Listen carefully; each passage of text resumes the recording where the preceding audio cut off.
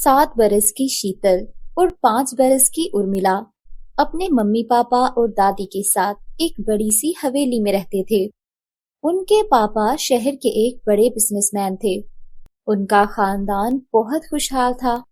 उनके mummy papa और दादी दोनों बच्चों पर जान छिड़कते थे। एक रात वो पांचों अपनी कार में शादी की तकरीब से अपने घर वापस जा रहे थे कि अचानक सामने से आने वाले एक तेज रफ्तार ट्रक ने उनकी गाड़ी को टक्कर मार दी। उस भयानक हादसे में कार की अगली सीटों पर बैठे शीतल और उर्मिला के मम्मी पापा बुरी तरह जख्मी हो जाते हैं और वहीं दम तोड़ देते हैं। शीतल, उर्मिला और दादी पिछली सीटों पर बैठने की वजह से महफूज रहते हैं। उस हादसे के नतीजे में दोनों बच्चियां यतीम हो जाती हैं।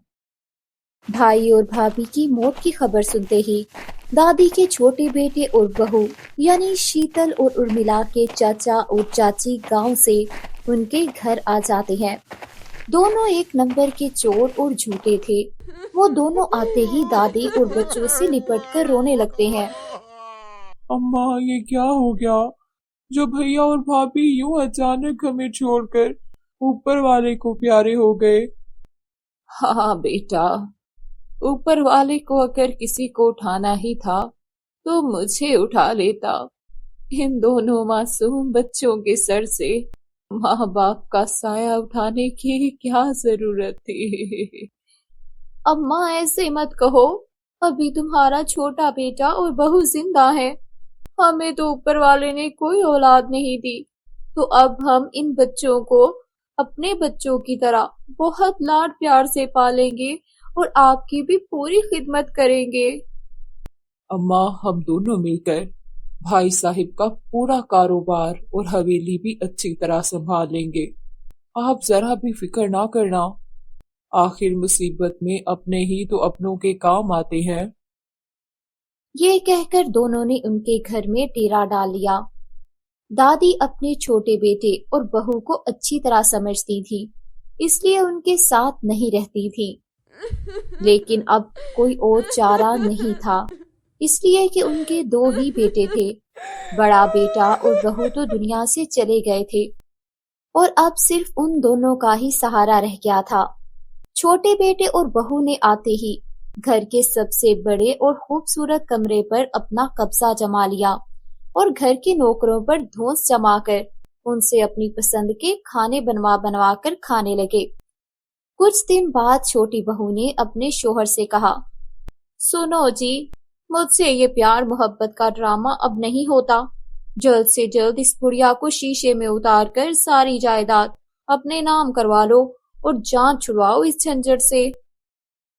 अरे भगवान, आहिस्ता बोलो, यहाँ दीवारों के भी कान होते हैं। थोड़े दिन अपनी अदाकारी और जारी रखो, समझी? फिर दोनों मियाँ बीवी जायदाद हथियाने के नए नए मंसूबे बनाने लगे।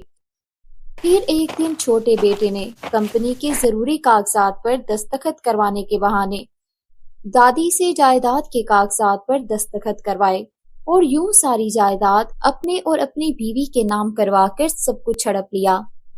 जायदाद हाथ आते ही दोनों मियाँ बीवी ने अपना असली रंग दिखाना शुरू कर दिया। उन्होंने घर के सारे नौकरों को छुट्टी दे दी और दोनों बच्चियों का स्कूल छुड़वाकर अब वो दादी, शीतल और उर्मिला से घर के सारे काम करवाते और यही नहीं बल्कि बच्चों से मारपीट भी करते। देखो बेटा, तुम दोनों जो भी बुरा सलूक करना चाहते हो मेरे साथ करो, क्योंकि गलती मेरी ही है कि मैंने तुम जैसे आस्तीन के सांपों पर भरोसा किया।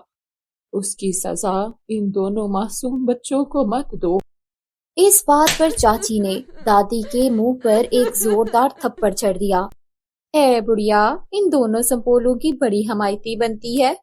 कभी यह हमायत हमारे लिए भी दिखाई होती। अरे नहीं नहीं, अम्मा का तो सिर्फ एक ही बेटा था, इन संपोलियों का बाप। हमारी तो इनकी नजर में कभी कोई अहमियत थी ही नहीं। हाँ, अपना किया तो अब भुगतेंगी ये तीनों। चल बुढ़िया, अब जल्दी जल्दी हाथ चला, वरना खाना भी नहीं दूंगी तुम तीनों को। इस तरह दोनों मियाँ बीवी हर रोज उन बच्चियों और दादी को जुबान और हाथ से तकलीफ देते रहे। بچے اپنے ماں باپ اور دادی اپنے بڑے بیٹے اور بہو کو یاد کر کے چھپ چھپ کر رویا کرتی تھی۔ اس طرح کئی مہینے گزر گئے اور اس دوران دادی کو کوئی خطرناک بیماری ہو گئی تو ان کے بیٹے اور بہو نے دادی کو تہ خانے میں بند کر کے بھوکا پیاسا مرنے کے لیے چھوڑ دیا اور بچوں سے سارا کام کروانے لگے۔ ظلم و ستم سے تنگ آ کر ایک رات موقع پا کر دونوں بچیوں نے تہ خانے میں جا کر دادی کو نکال لیا اور تینوں راتوں رات حویلی سے بھاگ گئے۔ تینوں رات کے اندھیرے میں بھاگتے بھاگتے دن نکلنے تک شہر سے دور کسی گاؤں کے قریب ایک سنسان جنگل میں پہنچ گئے۔ اس جنگل میں انہیں کوئی بھی راستہ سجھائی نہیں دے رہا تھا۔ تینوں بہت زیادہ تھک گئے تھے اور دادی کا پیاس سے برا حال ہو رہا تھا۔ دادی کو اسی جگہ لٹا کر شیتل اور ارملا پانی کی تلاش میں ادھر ادھر بھٹکنے لگے۔ تبھی ارملا کی نظر دور ایک پرانے سے کنویں پر پڑی۔ دونوں دوڑ کر اس کنویں کے پاس پہنچی تو انہیں کنویں کے پاس ایک سنہری مچھلی پانی کے لیے تڑپتی ہوئی نظر آئی۔ شیتل اور ارملا نے اس مچھلی کو اٹھا کر کنویں میں ڈال دیا۔ تبھی ایک چمتکار ہوا اور کنویں سے ایک بہت ہی خوبصورت سی پری نکلی۔ پری نے بچیوں سے کہا، شکریہ بچوں، تمہاری وجہ سے مجھے اپنا اصل روپ واپس ملا ہے۔ میں مایا پری ہوں۔ بہت عرصہ پہلے میں نے اس کنویں کے پاس تپسیا کرنے والے ایک بزرگ کی تپسیا کو اس کنویں کا پانی ڈال کر بھنگ کر دیا تھا، جس کی وجہ سے اس بزرگ نے غصے میں آ کر مجھے مچھلی بنا دیا اور میں اس وقت سے پانی کے پاس ہوتے ہوئے بھی پانی کے لیے تڑپتی رہی، اور آج تم معصوم بچوں کی وجہ سے مجھے اس عذاب سے چھٹکارا ملا۔ بچوں، بتاؤ تم دونوں اس جنگل میں کیا کر رہے ہو؟ پھر بچوں نے روتے روتے سارا ماجرا مایا پری کو سنایا، جسے سن کر اسے بہت دکھ ہوا۔ اس نے اپنی چھڑی سے کنویں کو چھوا تو وہ سونے کا بن گیا اور سارا کنواں سنہرے پانی سے لبالب بھر گیا۔ پھر پری نے بچوں سے کہا، یہ سونے کا جادوئی کنواں ہے، جو بھی اس میں موجود پانی کو پیے گا اسے کبھی بھی کوئی بیماری نہیں ہوگی اور وہ ہمیشہ صحت مند اور جوان رہے گا، اور جو بھی اس پانی سے نہائے گا اس کی ساری بیماریاں دور ہو جائیں گی۔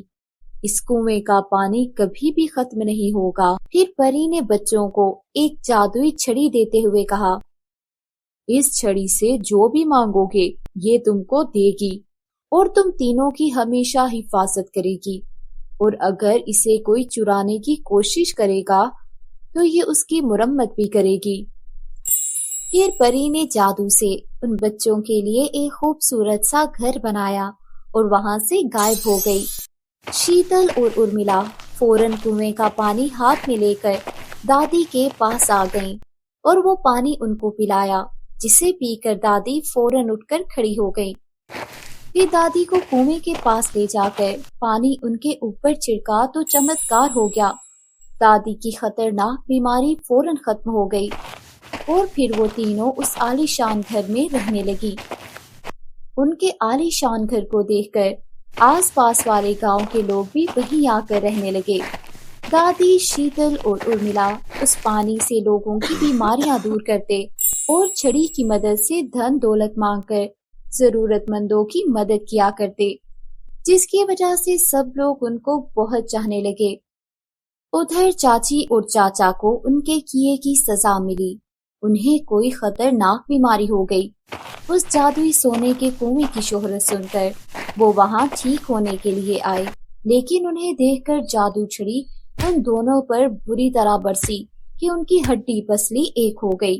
انہوں نے دادی، شیتل اور ارملا سے معافی مانگی۔ انہیں معاف کر کے دونوں نے ان کے اوپر پانی چھڑکا تو وہ بھی صحت یاب ہو گئے۔ ان کے بعد چاچا چاچی نے ساری جائیداد شیتل اور ارملا کے نام کر دی اور سچے دل سے انہیں اپنے بچے ماننے لگے۔ اب ان کا خاندان پھر سے مکمل اور خوشحال ہو گیا۔